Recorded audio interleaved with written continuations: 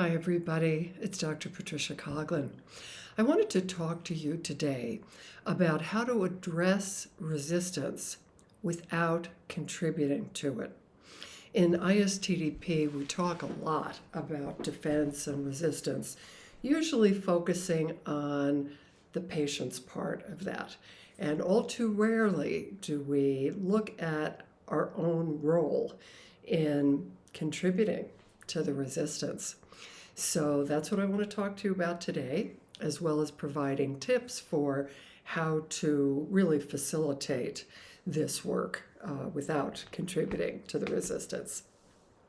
So first of all, we have to look at what is the patient resisting and why.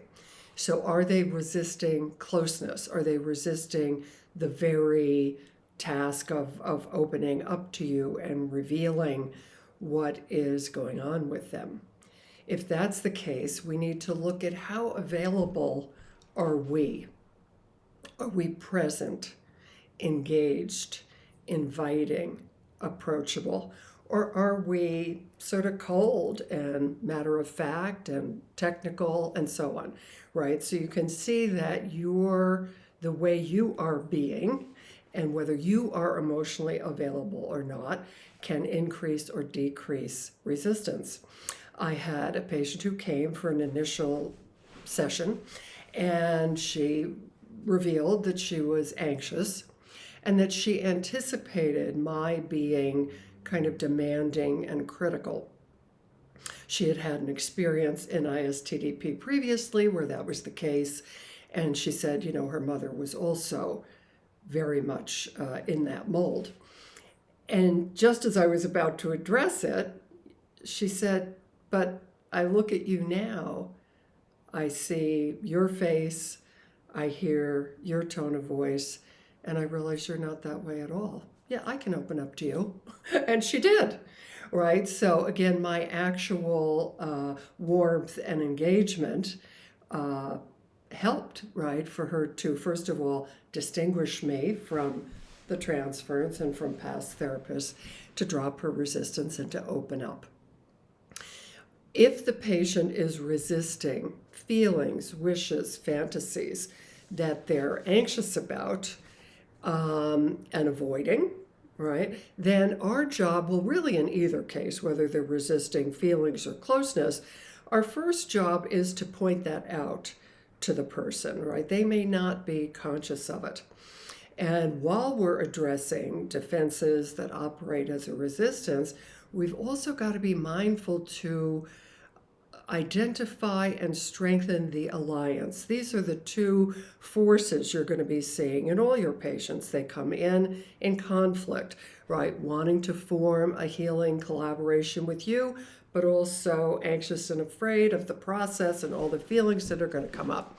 So you have to make sure, again, you're available to form that alliance with the healthy part of the patient who wants to heal and get to the bottom of their difficulties so they can have their freedom, right? And the strength of that alliance is going to help to overcome the defense and resistance.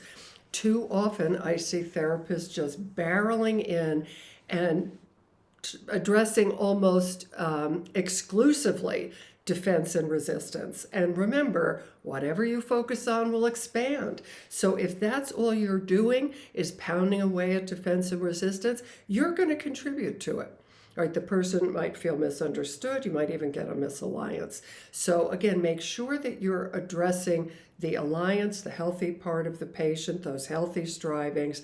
Be available to connect with the person so together you can address and overcome the defense and resistance.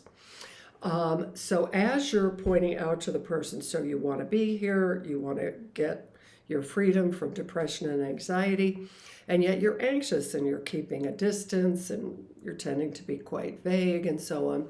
So you want to make sure that they can see how they're defending and resisting and that they see the cost of that, both how that contributes to their difficulties and how it's going to undermine the process and their ability to attain their therapeutic goals. So it really is up to the patient. Once they see this, you need to put them at choice. It's not up to you as the therapist to decide whether they're going to approach or avoid a particular topic, right? And again, all too often I see the therapist in the driver's seat and they're deciding, do this, don't do that, telling the person what to do, what not to do, and challenging, right, the person's defense and resistance before they have declared that they want to give that up. And so I think you can see how that can get you into a whole lot of trouble. First of all, creating a battle between you and the patient rather than facilitating that internal battle and conflict, which we want to become a crisis. That's like the least of your worries. I mean, again, if you come in like that and you decide to barrel through somebody's defense and resistance, when they have not given you permission, you can get a major misalliance. So make sure, again, that you put the patient at choice. It is up to you whether you want to have an honest look at this or not, right? It's certainly their prerogative not to, right? Now, that also means they're not going to get their goal, right? But that is up to them. So make sure that it's the patient's choice and not yours. We also need to understand why. Why is the patient resisting right now? And very often, right, if somebody's putting up a wall, you have to understand, why would they do that? What's hiding behind the wall? Very often it's feelings coming up towards you, right, as you're pointing out these defenses and resistances and putting some pressure on the person. So you also want to address that, not just hammer away at the wall, but say, wow. So, and I'm thinking of a particular case where it was the second session. So the first trial therapy was quite successful and the patient had opened up and faced a lot of feeling, but then I had to go out of town. So I was away for a couple of weeks. And when I saw her for the second time, we could see, and she acknowledged that her resistance and the wall and the part of her that didn't want to open up to me was even higher and thicker. Now, why would that be, right? It would be because she had a lot of feelings toward me, right, for opening up this can of worms and then leaving her alone with it. So I had to address that so that both of us could understand. I said, wow, it's even higher and thicker. So, that must mean, right, that's a fortification against even stronger feelings, including feelings toward me, right, for being away and not available and so on. Okay, so what is the patient resisting? Why are they resisting? Also making sure you're speaking to the alliance and that you are actually available to them to engage in this collaborative effort. Okay, and then I had 3. So what was the third one? I know, this is really important. So often patients are consciously aware that they're resisting.